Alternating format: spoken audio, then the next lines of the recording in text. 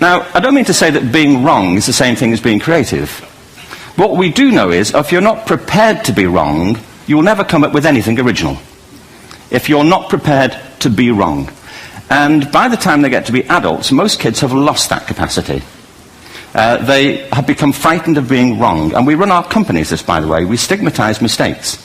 And we're now running national education systems where mistakes are the worst thing you can make. And the result is that we are educating people out of their creative capacities. Picasso once said this. He said that all children are born artists. The problem is to remain an artist as we grow up. I believe this passionately, that we don't grow into creativity, we grow out of it. Or rather, we get educated out of it. But something strikes you when you move to America and when you travel around the world. Every education system on earth has the same hierarchy of subjects. Everyone, doesn't matter where you go. You think it would be otherwise, but it isn't.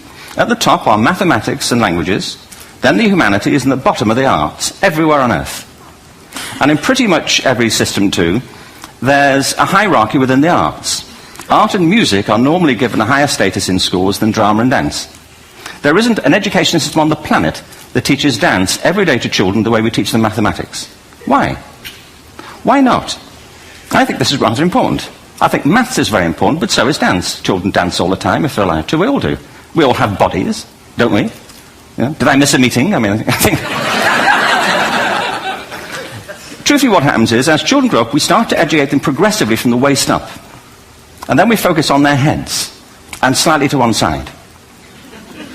If you were to visit education as an alien and say, what's it for, public education, I think you'd have to conclude, if you look at the output, you know, who really succeeds by this? Who does everything they should?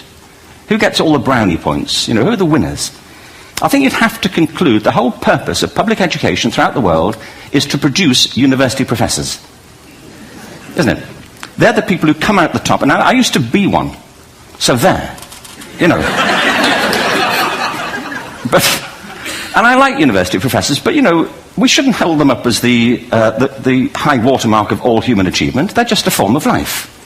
You know, another form of life. But they're rather curious, and I say this out of affection for them. There's something curious about professors. In my experience, not all of them, but typically, they live in their heads. They live up there, and slightly to one side. They're disembodied, you know, in a kind of literal way. You know, they look upon their body as a form of transport for their heads. You know, it's... Don't they? It's a way of getting their head to meetings.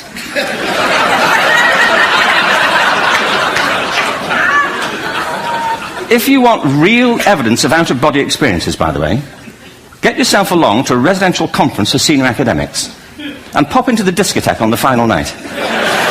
And there you will see it. Grown men and women writhing uncontrollably off the beat.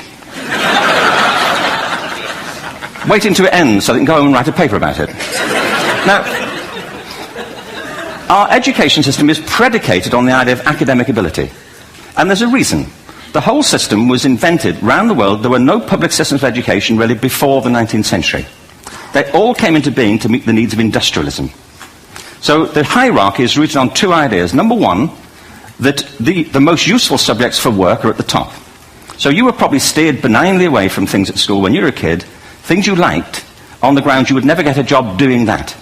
Is that right? Don't do music, you're not going to be a musician. Don't do art, you won't be an artist. Benign advice. Now, profoundly mistaken. The whole world is engulfed in a revolution. And the second is academic ability, which has really come to dominate our view of intelligence because the universities designed the system in their image. If you think of it, the whole system of public education around the world is a protracted process of university entrance. And the consequence is that many highly talented, brilliant, creative people think they're not. Because the thing they were good at school wasn't valued or was actually stigmatized. And I think we can't afford to go on that way. In the next 30 years, according to UNESCO, more people worldwide will be graduating through education than since the beginning of history. More people.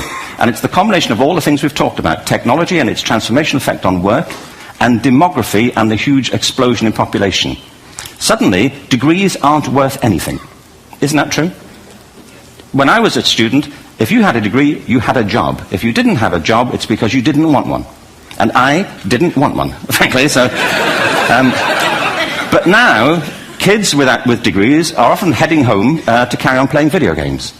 Because you need an MA, where the previous job required a BA, and now you need a PhD for the other. It's a process of academic inflation, and it indicates the whole structure of education is shifting beneath our feet. We need to radically rethink our view of intelligence. We know three things about intelligence. One, it's diverse. We think about the world in all the ways that we experience it. We think visually, we think in sound, we think kinesthetically, we think in abstract terms, we think in movement. Secondly, intelligence is dynamic. If you look at the interactions of a human brain, as we heard yesterday from a number of presentations, intelligence is wonderfully interactive. The brain isn't divided into compartments. In fact, creativity, which I define as the process of having original ideas that have value, more often than not, comes about through the interaction of different disciplinary ways of seeing things. The brain is intentionally... By the way, there's a shaft of nerves that joins the two halves of the brain called the corpus callosum. It's thicker in women. Following on from Helen yesterday, I think this is probably why women are better at multitasking. Because you are. Aren't you? There's a raft of research, but I know it from my personal life. If my wife is cooking a meal at home, which is not often, thankfully, but, you know, if she's doing... No, she's good at some things. But if she's cooking, you know, she's dealing with people on the phone, she's talking to the kids, she's painting the ceiling, you know, she's doing open heart surgery over here. If I'm cooking, the door is shut, the kids are out, the phone's on the hook. If she comes in, I get annoyed. I say, Terry, please, I'm trying to fry an egg in here. You know,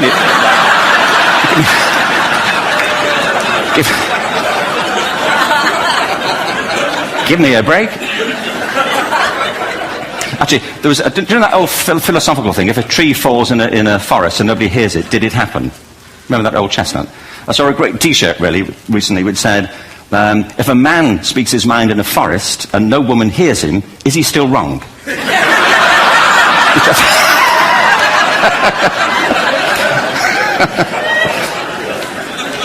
And the third thing about intelligence is it's distinct. I'm doing a new book at the moment called Epiphany, which is based on a series of interviews with people about how they discovered their talent. I'm fascinated by how people got to be there. It's really prompted by a conversation I had with a wonderful woman who most people have never heard of. She's called Gillian Lynn. Have you heard of her? Some have. She's a choreographer, and everybody knows her work. She did Cats and Phantom of the Opera. She's wonderful. I used to be on the board of the Royal Ballet in England, as you can see. And anyway, Gillian and I had lunch one day. I said, how'd you get to be a dancer? And she said it was interesting. When she was at school, she was really hopeless. And the school in the 30s wrote to her parents and said, we think Gillian has a learning disorder. She couldn't concentrate, she was fidgeting. I think now they'd say she had ADHD. Wouldn't you? But this was the 1930s, and ADHD hadn't been invented, you know, at this point, so it wasn't an available condition. You know, people weren't aware they could have that. Anyway, she went to see this specialist.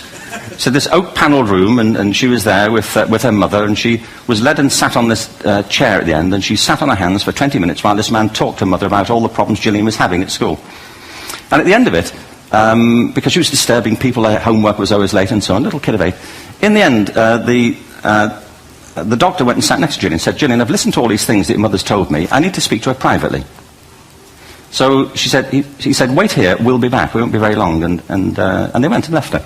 But as they went out the room, he turned on the radio that was sitting on his desk. And when they got out the room, he said to her mother, just stand and watch her. And the minute they left the room, she said she was on her feet, moving to the music. And they watched for a few minutes, and he turned to her mother, and he said, you know, Mrs. Lynn, Gillian isn't sick, she's a dancer. Take her to a dance school. I said, what happened? He said, she did. I can't tell you how wonderful it was. We walked in this room, and it was full of people like me. People who couldn't sit still. People who had to move to think. Who had to move to think. They did ballet, they did tap, they did jazz, they did modern, they did contemporary. She was eventually auditioned for the Royal Ballet School. She became a soloist. She had a wonderful career at the Royal Ballet.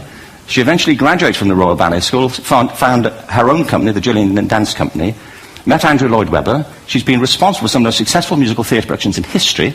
She's given pleasure to millions, and she's a multi-millionaire. Somebody else might have put her on medication and told her to calm down. Now, I think...